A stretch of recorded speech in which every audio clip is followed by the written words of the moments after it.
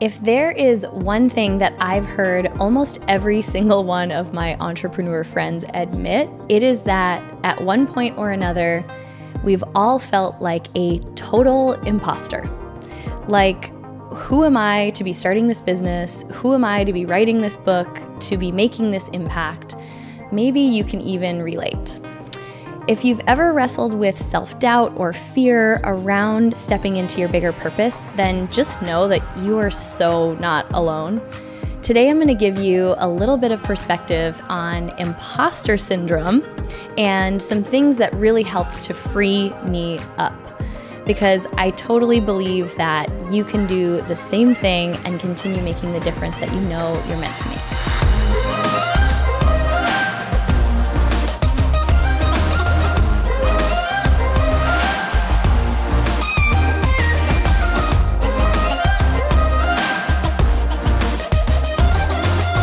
Welcome back to the show, and thanks so much for hanging out today. If you are brand new and just stumbled across the podcast, I am truly grateful that you're here. And if you are coming back and you listen every week, I am so grateful. I still can't get over the fact that people in far corners of the world listen to this show, and something that less than a year ago was just an idea. The tiny seed of an idea is now almost at 100 episodes. It's pretty cool. So today I'm going to talk about something that honestly, I think every entrepreneur probably deals with in their own way, even if they're not admitting it. And that is this phenomenon called imposter syndrome. And I really first came across this term, ironically, when I was writing my book, because I felt like a total imposter. I had so many fears show up around, I'm not a writer. Who's gonna listen to me? What are people gonna think?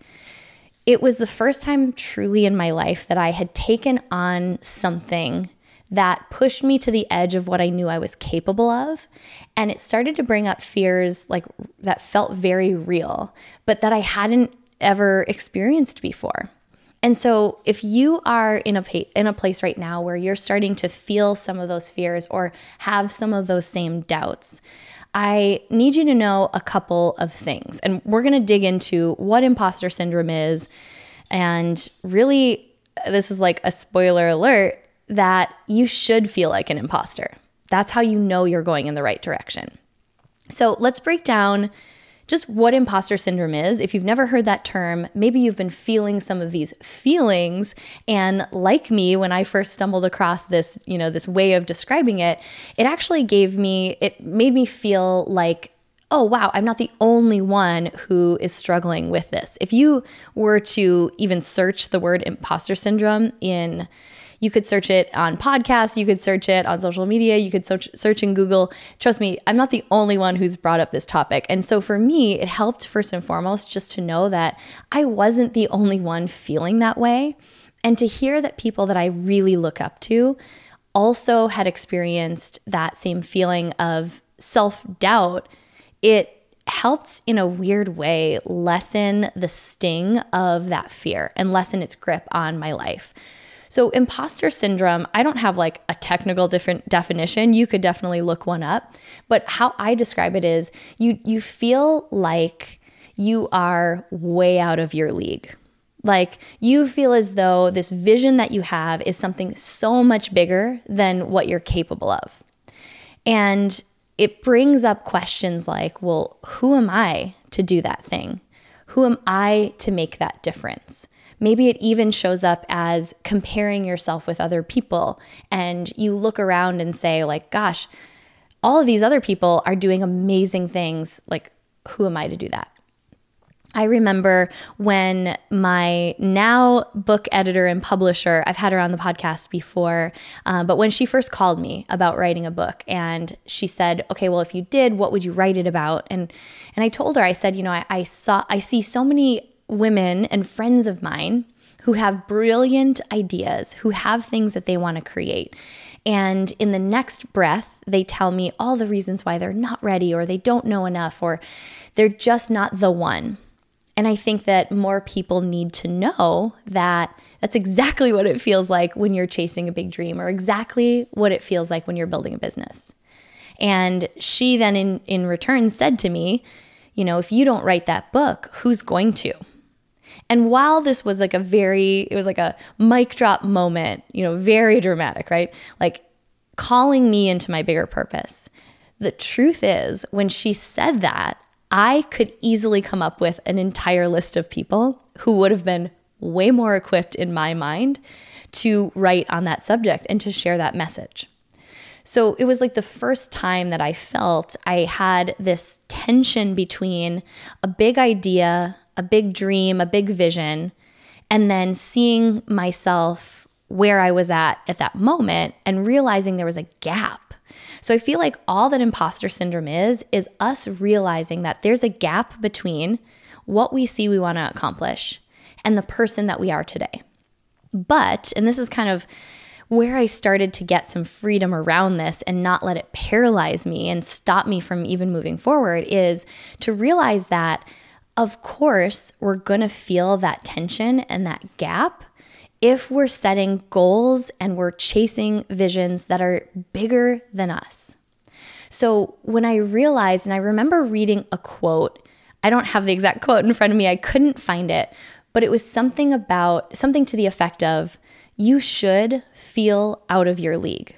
If you don't, you should go and actively search out a league that's going to make you feel that way, or search out a project or a purpose that makes you feel that level of uncomfortability, that makes you feel that tension between the gap, because that tension is a sign that there's room for you to grow, that you're going to grow in the pursuit of this purpose, and you're going to become the person who absolutely is equipped to do that thing. So I think that a lot of us, and I'm including myself in this, allow this feeling of imposter syndrome to stop us because we feel like we shouldn't feel that way.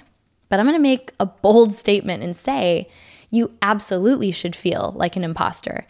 We absolutely should always be in pursuit of our own growth and always taking on the next thing that makes us question, okay, do I really have what it takes? If it's something that like gets your heart racing faster and it really is as exciting as it is scary, then to me, that's the sign of exactly the direction that I need to go, even if I have to overcome my own self-doubt and this imposter syndrome in order to get there. So at one time, that absolutely stopped me. And now I've actually used it for good and used that feeling of imposter syndrome to let me know that I'm absolutely going in the right direction. And some of the things that I'm going to be taking on in 2020, let me just tell you, they totally have me in that place. So even though I've now come to the point where I've overcome it in other areas, right? So spoiler alert, I finished the book and now it's out there in the world. I don't have that imposter syndrome around writing. I absolutely have it around the next big goals that I'm chasing. So I don't think it actually ever goes away. And I think that our success really hinges on actively going in pursuit of it, because that's going to be something that taking on that project is actually going to force you to grow. But here is, I'm going to give you the real secret, at least for me, what absolutely worked to start moving forward, even when I was like feeling just the weight of that fear and that self-doubt. And that is as simple as looking at where I was focusing. And honestly, when I was focusing on how I felt like an imposter, or the fear of what other people were going to say, or what were they going to think, I was focusing on myself. And truly, anything that is big enough to give you that feeling of imposter syndrome, any vision that's big enough to make you feel like, who am I to be doing this, is just not about you.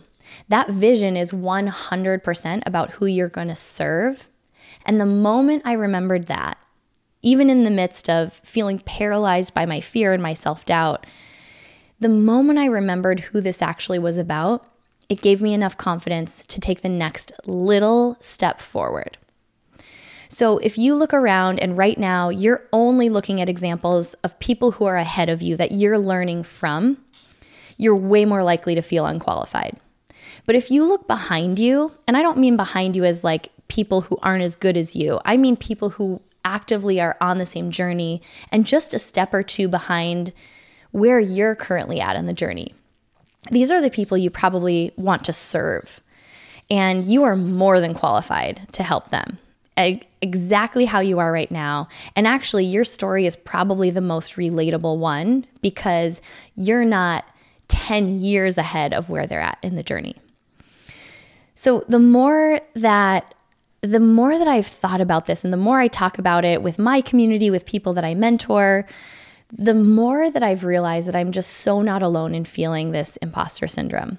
And I also realized that, wow, had I waited until I felt ready, if I had waited until I didn't think I was an imposter anymore, until I stepped into that purpose, I would have waited around forever.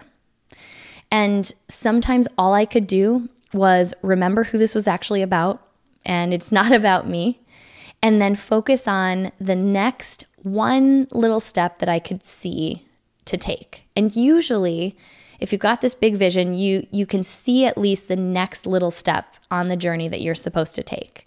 Maybe it's as simple as publishing a social media post or, sharing a blog article, making a phone call, setting an appointment. That one next little step that you can take and not get freaked out by the entire picture of how you're going to get from A to Z. That was all that I needed to do in order to put one foot in front of the other and continue to lean into the thing that made me feel like an imposter until eventually I got to the point where it didn't. So if you're feeling any of this, I would love to know. I think especially when it comes to these bigger fears and things that could paralyze us in our journey, it's really helpful to know that, like we say all the time, you're not meant to do this alone. So the place that we love to hear from you, the place that we love to have you plug in and deepen this conversation and have you know that you're totally not alone in feeling that way sometimes, is the Facebook community. So if you're not already plugged into the Powerhouse Women community on Facebook, there's a link right in the show notes. All you have to do is request to join and look for the conversation thread going about this topic, because I guarantee in that group, there's hundreds of women from around the world. There are more than you could imagine who are standing right on the edge of leaning into their next big thing. And the more we realize that we're not alone in that journey, I think the easier we all will be able to lean in and start making the difference that we know we're on this planet to make. So if that's the kind of conversation that you want to be a part of, I would love to meet you and interact with you in that group. And just remember, until we connect again next episode, I really want you to get that you are just not meant to do any of this alone.